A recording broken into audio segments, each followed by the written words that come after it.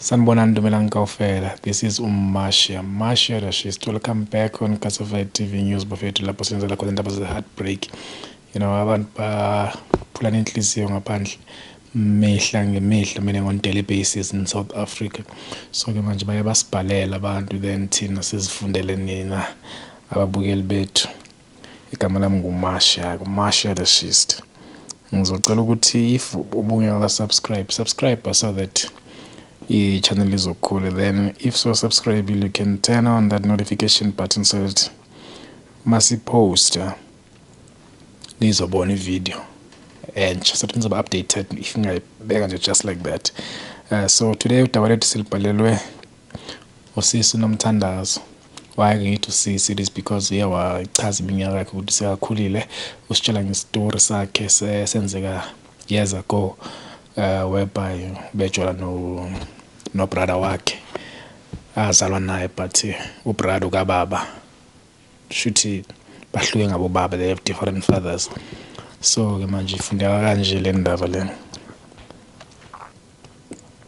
Sanibonani Classified TV News. Igama lami nguNomthandazo. Ngineminyaka yo-45. Ngaqala uku-experience heartbreak whereby ngangi-experienceiswa umuntu wasekhaya.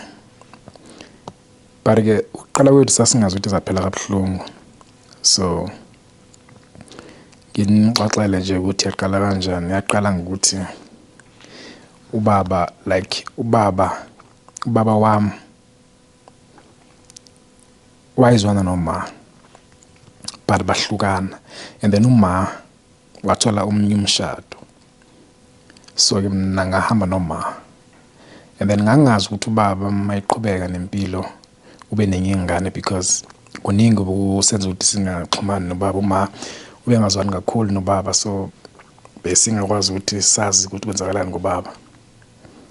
And then ukuthi makuhamba isikhathi ngineminyaka ewu-15 ngaqala ngaba curious about ubaba wami because uma all the time wayehlezi engitshela ukuthi baba mulo engihlala naye of which big stepfather, and ke kangingenankinga nalokho ukuthi ngihlala ne-stepfather because wayengenzela everything and ngangimthanda, and then wayengibonisa uthando as well.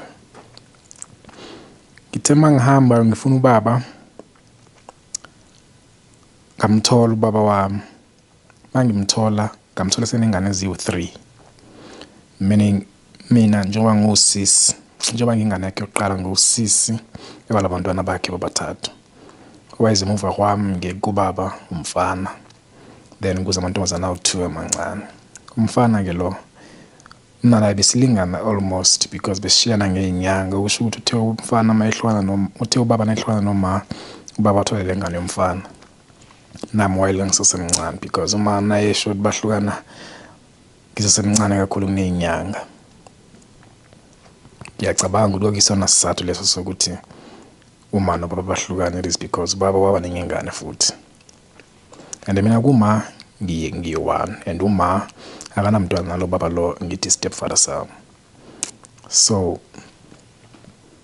ngithe mangifika-ke ubaba lapho ehlala khona ngafika ehlala nefamily yakhe naye, and then wangi-introducer kubo obhuti bami nosisi bami, which is ubhuti oyedwa then namantombazana awu-2. Bebancane-ke bona-ke ngalesiya sikhathi because mina ngangina-15 years old.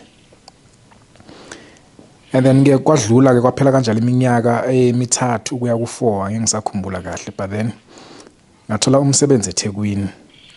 Ngithe mangithola umsebenzi eThekwini, guess what, umuntu wangisiza ukuthi ngifikele eThekwini ngithole kahle indawo yokuhlala and all that uyena ubhuti wami lo ngithi mina naye we are almost the same age. So saqala lapho ukuxhumana mina naye, but bekunaleya nto manginayo ukuthi ngizizwe ukuthi no man, yazi uGaya ngimthathe njengobhuti wami. But ke benginamahloni ngisho ukuthi mina hayi yena surely ungithatha njengobhuti wami. So indawo engafikela kuyona-ke indawo owayekade ehlala kuyona because wayisebenza naye eDurban yangomsebenzi. Then wanginikeza indawo mina mangifika kulobusuku engafika ngabo because ngafika sekusebusuku. Wathena kimi no sisi ngiza kunikeza indawo yokulala maybe for a week, and then uzama indawo yakho, and then mase uyitholile indawo yakho ngizabuya endaweni yami.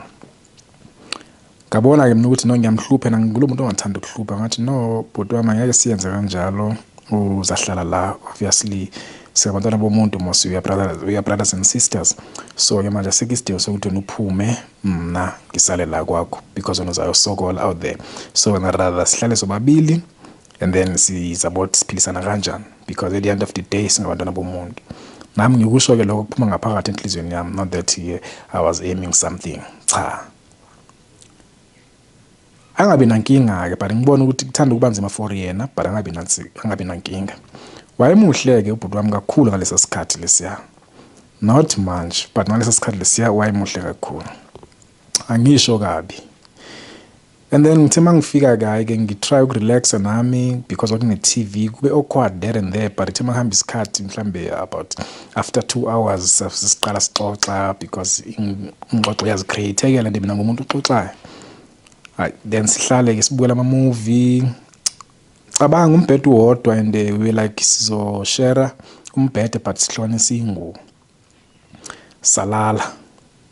Kwafika isikhathi sokulala.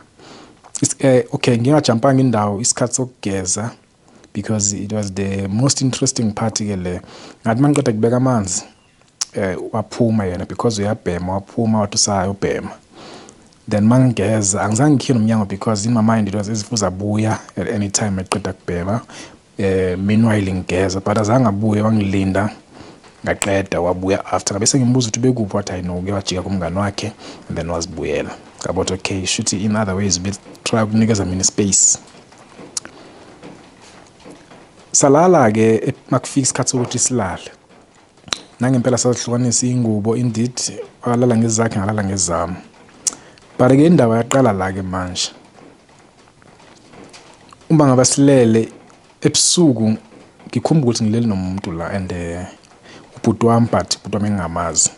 And indlela sasilele ngangenda apha sengimbambile ngilele kuyena and naye ngithola ukuthi ungibambile.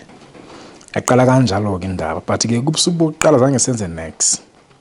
Savuka ekuseni ngaba awkward for me, ngakhumbula ukuthi ayikonje ubhuti wami lo, ngithi ngacabanga into eziningi. And then amake egeza kusene emsebenzini nabe ngisasengubeni ngisalele. Ngabe ngihleli but ngilele ngizingathi ngilele ngizivala ngengubo ukuthi abe comfortable. Wahamba. Then day 2 mayibuya late kwaba normally sabamnandi sadlalela xoxoxo kwamnandi. Then kwafika isikhathi sokuthi kulalwe futhi.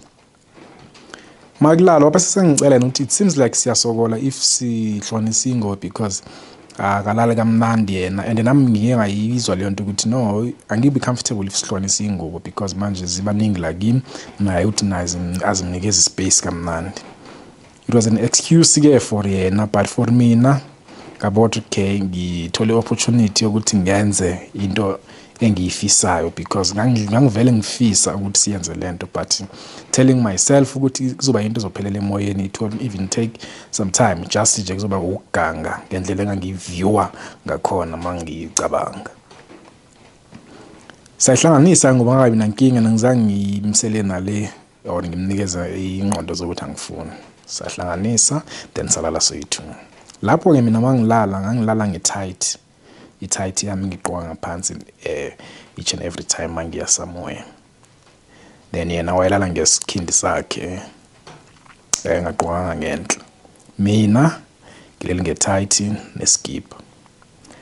Kuphinde ke futhi lo salala because akekho thinto omunye siyasabana. I think mina ngeke ngize ngithathe imove vele because ngeke ngifuna ukuthi axoxele laba abancane beze emuva kwethu ukuthi mina ngizame ukwenzana.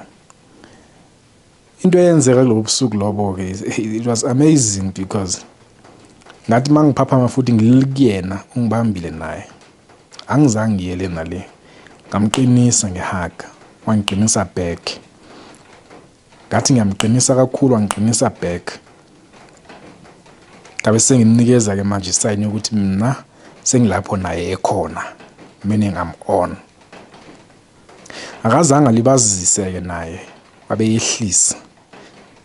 Then ngeke ngisaya in details ukuthi senzani, but kwenzeka izinto ezenziwa abantu abathandanayo. Nake kuseni okumangazayo savuka saphinda. Sabe sesixoxa ke manje ukuthi no singayenza lento, but iphelele kuthina sobabili nala kule ndawo sikuyona sobabili. Masiphuma lana we are brothers and sisters, but if sizi two we can do whatever we want. Wavuma wangabi nankinga naye, wayenomuntu wakhe nginomuntu wami, but we ended up silahla abantu bethu just because of besithandana mna naye. Sekudlule nje inyanga, I was crazy about him. Umqondo hlala ubuye ukuthi no, this is my brother, but ngiphushele away lo mqondo because indlela wengenza ngifile ngayo wangenza ngizizwe special, and ngangibona ukuthi uyanginakekela njengomntana kibo at the same time njenge girlfriend yakhe. So it was nice, hella nice.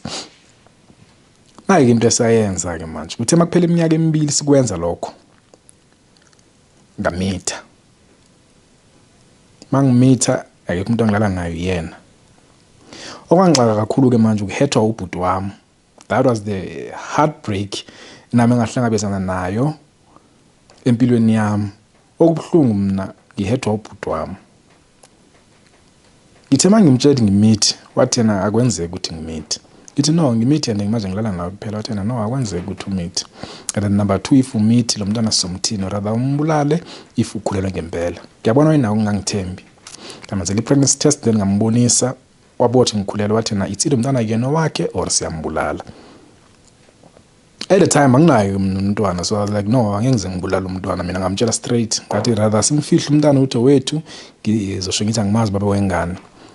But yena wathi no, yena ngiyakabe se-life yomntwana mayengaba khona lo mntwana, it's either siyambulala or nje kuyaphela. Angimthanda ke khumbulani babukeli.